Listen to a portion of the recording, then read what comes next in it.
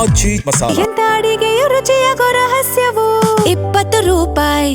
Bidadi township ಯೋಜನೆ ವಿಚಾರಕ್ಕೆ ಸಂಬಂಧಪಟ್ಟಂತೆ ಒಂದ್ ಕಡೆ ಜೆಡಿಎಸ್ ನಾಯಕರು ದೊಡ್ಡ ಮಟ್ಟದ ಹೋರಾಟಕ್ಕೆ ಇವತ್ತು ಬೆಂಗಳೂರಿನಲ್ಲಿ ಪ್ಲಾನ್ ರೂಪಿಸಿದ್ದಾರೆ. ಇದರ ಮಧ್ಯದಲ್ಲಿ ತಡರಾತ್ರಿ ತನಕ ಕೂಡ ಜೆಡಿಎಲ್ಪಿ ಮೀಟಿಂಗ್ ಕೂಡ ಆಗಿದೆಯಂತೆ. ಇದೇ ವಿಚಾರಕ್ಕೆ ಸಂಬಂಧಪಟ್ಟಂತೆ ಅಂದ್ರೆ ಹೋರಾಟ ಹೆಂಗಿರಬೇಕು, ಅದರ ರೂಪುರೇಷೆ ಹೆಂಗಿರಬೇಕು, ಯಾವ ರೀತಿ ಸರ್ಕಾರವನ್ನ ಕಟ್ ಹಾಕಬೇಕು ಅನ್ನೋದ್ರ ಬಗ್ಗೆನೇ ಸಭೆಯಲ್ಲಿ ಚರ್ಚೆ ಆಗಿದೆ. ಜೆಡಿಎಲ್ಪಿ ನಾಯಕ ಸುರೇಶ್ ಬಾಬು ನೇತೃತ್ವದಲ್ಲಿ ಸಭೆ ಆಗಿದ್ದು ಇವತ್ತಿನ ಹೋರಾಟದ ರೂಪುರೇಷೆ ಬಗ್ಗೆ ಮಹತ್ವದ ಚರ್ಚೆ ಆಗಿದೆ. ರಾತ್ರಿಗೆ ಆಧಾರ್ ಕಾರ್ಡ್ ಹಿಡ್ಕೊಂಡು ರೈತರು ಪ್ರತಿಭಟನೆಗೆ ಬರ್ತಾರೆ. ಬಿಡದಿಯ ರೈತರೇ ಹೋರಾಟದಲ್ಲಿ ಪಾಲ್ಗೊಳ್ತಾರೆ. ಜೆಡಿಎಲ್ಪಿ ನಾಯಕ ಸುರೇಶ್ ಬಾಬು ಈ ಹೇಳಿಕೆ ಕೊಟ್ಟಿದ್ದಾರೆ.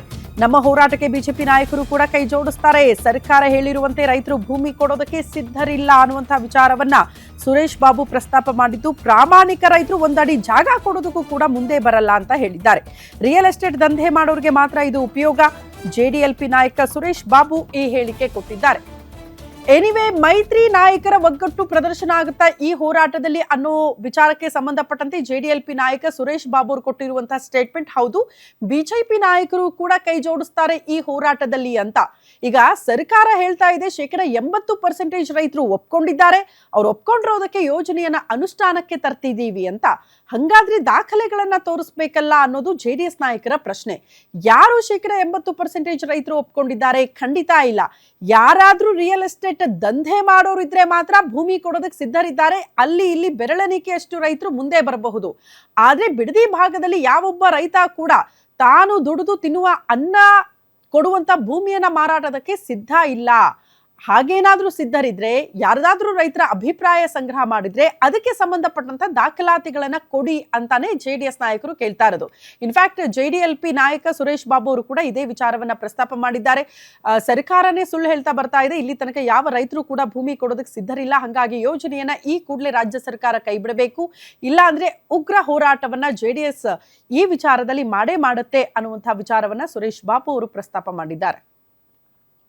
ಇರ್ಬೋದು, ಇದ್ರ ಬಗ್ಗೆನೂ ಕೂಡ ಕೂಲಂಕುಷವಾಗಿ ಚರ್ಚೆ ಮಾಡಿ ಅದರಲ್ಲಿ ಆಗಿರ್ತಕ್ಕಂಥ ಲೋಪದೋಷಗಳು, ಇವರು ಯಾವಾಗಲೂ ಕೂಡ ಕುಮಾರಸ್ವಾಮಿ ಅವ್ರ ಕೂಸು ಅಂತಕ್ಕಂಥದ್ದು ಏನು ಹೇಳ್ಕೊಂಡು ಹೊರಟಿದ್ದಾರೆ.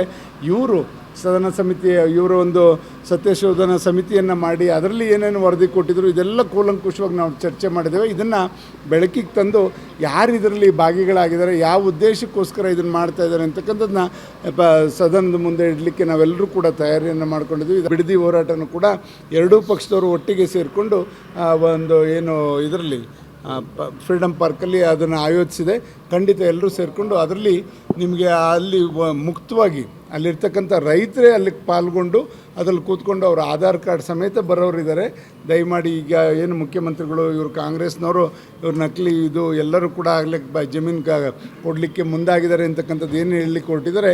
ಅದೆಲ್ಲೋ ಒಂದು ಕಡೆ ಏನು ಇವರು ರಿಯಲ್ ಎಸ್ಟೇಟ್ ದಂಧೆ ಮಾಡ್ತಕ್ಕಂಥವ್ರು ಎಲ್ಲೆಲ್ಲಿ ಅವ್ರಿಗೆ ಸಿಕ್ಕಂಥ ಅಗ್ರಿಮೆಂಟ್ ಮಾಡ್ಕೊಂಡಿದ್ದಾರೆ ಅಂಥವರು ಇದಕ್ಕೆ ಉಪಯೋಗ ಆಗಿದ್ದಾರೆ. ಬಿಟ್ಟರೆ ಪ್ರಾಮಾಣಿಕ ರೈತರು ಯಾರು ಕೂಡ ಇವರಿಗೆ 1 ಇಂಚು 1 ಅಡಿ ಜಾಗನೂ ಕೊಡೋಕ್ಕೆ ಮುಂದೆ ಬಂದು ಟೌನ್ಶಿಪ್ ಯೋಜನೆ ಇರ್ಬೋದು, ಇದ್ರ